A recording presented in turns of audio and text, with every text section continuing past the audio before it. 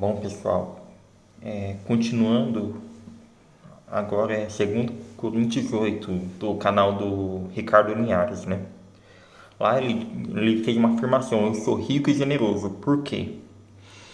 Porque no versículo 2 fala assim: porque no meio de muita prova, de tribulação, manifestava abundância de alegria, e a profunda pobreza dele superabundou em grande riqueza da sua generosidade, porque eles testemunhou eu na medida de suas posses, e mesmo acima delas se mostraram voluntários. O que o apóstolo Paulo estava querendo dizer aqui, né? Quanto mais generoso, mais rico você será. Nem tudo o que é de bom é de Deus. Essa questão do mais generoso, né? Tem uma passagem dos talentos que Jesus fala assim: aquele que tem, mais será dado, mas aquele que não tem, até o pouco que não tem, será tirado. Isso é um princípio que eu conheço, né? Um dos princípios bíblicos. Então, e esse princípio, Jesus ele trouxe para os talentos, mas vale para tudo na nossa vida, vamos supor. A quem tem honra, mais honra. A quem tem dinheiro, mais dinheiro. Aquele que tem talento e os usa, mais talento. Então, qual é a questão, né? O que Deus quer de nós? Qual que é a chave desse versículo 2, né? É o que? É que o pessoal usou a riqueza que tinha para o bem comum e foram generosos. Só que na questão assim, aí, o Ricardo ele falou que lá a igreja da Macedônia, aquele povo era pobre, só que as pessoas eram voluntárias para ajudar o próximo. Então as pessoas usavam aquilo que tinham. Aí perguntaram como viver o desapego, né? É simples. Você comprou uma roupa nova, doa a roupa usada.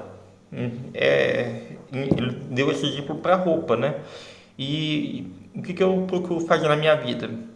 Aquilo que não presta eu dou para alguém. Aquilo que não me serve mais, para alguém pode servir, né? Então eu dou para alguém, ou se não serve eu jogo fora. Eu sou desse princípio. E funciona para mim, porque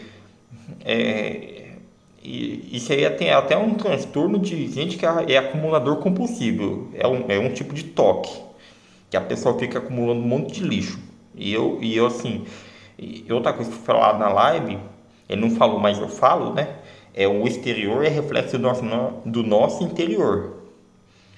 Então, o que acontece? A pessoa fica acumulando um monte de coisa dentro de casa, ela acumula mágoa, ela, ela não só acumula as coisas materiais, entendeu? Ela acumula tudo aquilo que não serve mais. Vamos supor, um exemplo, né? Se eu tenho um livro que eu não leio, para que esse livro me serve? Né?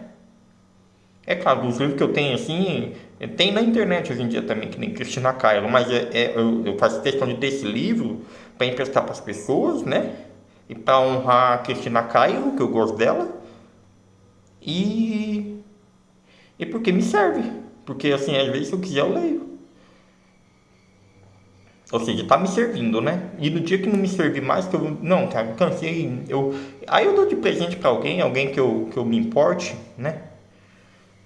Aí, continuando, agora no versículo 9, né, do 2 Coríntios capítulo 8. Pois conheceis a graça de nosso Senhor Jesus Cristo, que sendo rico, se fez pobre por amor a nós, para que pela sua pobreza vós tornais ricos. Jesus Cristo se fez pobre porque para ele era simples multiplicar o pão. Ou no caso, se ele quisesse, multiplicava o ouro, né? O negócio de Jesus, ele era rico. Assim, ele se fez pobre porque quis, não quis juntar dinheiro na terra. Ele é o dono do ouro da prata, né? E em Provérbios, capítulo 13, versículo 7 a 8, fala: há quem se faça rico, não tendo coisa alguma, e quem se faça pobre, tendo grande riqueza. O resgate da vida do homem são as suas riquezas, mas o pobre não tem meio de se resgatar. Então, por isso que Jesus veio, né, para resgatar, né, o pobre. Porque, e a questão assim, o resgate da vida do homem são as suas riquezas. Então, mas o pobre não tem como se resgatar. Vamos supor, o rico, né? Um exemplo, colocando prático, o rico se ele tá triste, vai lá e compra um antidepressivo, vai no médico, psiquiatra. E o pobre, como é que faz, né? Um exemplo, um rico, se tá mal, ele pode buscar psicoterapia, né? O pobre, como é que, quem vai na mão do pobre, né? E, né? Tá. O evangelho foi pregado aos pobres porque a pobreza não combina com Deus.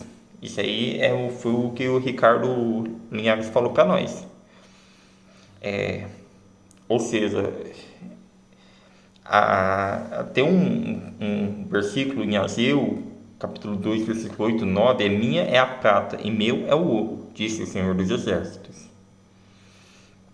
E por que ele falou assim que ele pregou o evangelho aos pobres, né?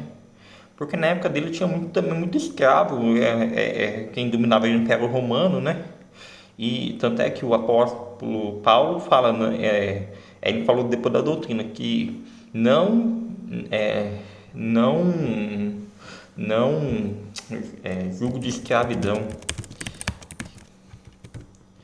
Em Gálatas 5, foi para a liberdade que Cristo vos libertou. Permanecei firmes e não vos sujeiteis outra vez a um jugo de escravidão. Aí ele falou, continuando Gálatas, ele fala sobre a questão da doutrina, né? O que ele fala? Cadê? Tá, eu não vou conseguir agora, eu vou continuar seguindo a linha de raciocínio aqui do Ricardo Linhares. Mas é o que, né? Não, na época lá de Jesus, o povo era escravo, né? E apóstolo Paulo, quando veio, falou assim: não se. Foi para a liberdade que Cristo nos libertou, não entra em escravidão de novo, não. Aí, que nem eu falei, né? Ageu 2, né? Capítulo 2, versículo 8: minha é a prata e meu é o ouro, diz o Senhor dos Exércitos. E em Jeremias 29:11 diz: porque sou eu que conheço os planos que tenho para vocês, diz o Senhor, planos de fazê-los prosperar e não de causar dano, planos de dar a vocês esperança em um futuro melhor. Ou seja, os meus pensamentos não são os seus pensamentos. Por quê? Porque Deus tem planos melhores do que os nossos, e planos de nos fazer prosperar e não de nos causar dano, né? E plano de nos dar esperança de um futuro melhor. Ou seja, eu volto a dizer o ISDGM, né? A imagem. Nós somos imagem e semelhança de Deus. Imagem, a gente tem a ver com o nosso comportamento. Pô, Deus é o dono do ouro e da prata, então a gente se comporta para chegar ao ponto de ser dono do ouro e da prata, né? Semelhança é agir como semelhante a Deus, como Deus agiria na terra, né? Semelhança no que? Na forma de pensar. Porque os meus pensamentos não são os seus pensamentos. Esse pensamento é diferente do meu. Eu tenho um pensamento de paz, você tem pensamento de guerra, né? Domínio é o nosso posicionamento. Como é que nós estamos posicionando diante das situações? O governo como é que nós estamos gerenciando a nossa vida. E a multiplicação é através do que a gente gerencia a nossa vida, a gente multiplica o nosso recurso que temos. Aí ele, para concluir, prosperidade é drive mental, é mentalidade, começa na mente. A carteira seja de Money é consequência da sua mentalidade. No final, em Coríntios, capítulo 8, versículo 2, fala assim: porque se há boa vontade, será aceita conforme o que o homem tem, e não segundo o que ele não tem. Ou seja, o que Deus quer de nós é boa vontade, gente. Deus deu talento para nós. Cabe a nós usar os talentos que Deus deu. O que Deus quer é o nosso coração.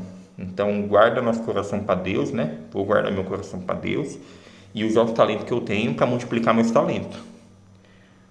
Multiplicar minha honra, multiplicar meu amor, né? E amor é o principal, né? Não adianta nada ter fé e não ter amor, né? Então, que eu tenha mais amor. Se você gostou desse vídeo, curte, comenta o que achou, alguma dica, né? E compartilhe para essa mensagem chegar a mais pessoas. Porque Jesus falou, né? Eu vim para que tenham vida em abundância. Então, para as pessoas terem vida em abundância, as pessoas têm que conhecer o que Jesus ensinou. A palavra de Cristo. Jesus Cristo. Valeu.